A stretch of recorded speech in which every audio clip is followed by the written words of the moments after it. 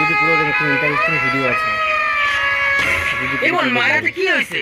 আর বলিস না, মার হাতটা পুড়ে গেছে। কিভাবে?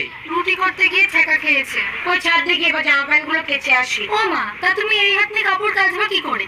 এখন কি করব, কাচতে তো হবেই। ঠিক আছে মা, তুমি এখানে বসো, রুটি মেকার আর ওয়াশিং মেশিন নিয়ে আসছি, তাতে তোমার কাজে সুবিধা হবে। ওগুলো কিনতে গেলে তো টাকা লাগবে, টাকা পাবে কোথায়? কেন, আমাদের মাঠের জমিতে আছে, ওটা বেচে দেবো। ওইটা তো ঠাকুরদার জমি, ওই জমি কেউ বেচে? কি লাভ ওরকম জমি দেখে? সেই তো তোমার বাড়িতে ভূতের মতন হাঁটতে হয়। তুমি এখানে বসো, তোমার জন্য রুটি মেকার আর ওয়াশিং মেশিন কিনে নিয়ে আসছি। ও মা, মা, ও মা, দাদা মা দূরে নিয়ে চলে এসেছে। চল একটু দেখে আসি। চল চল চল।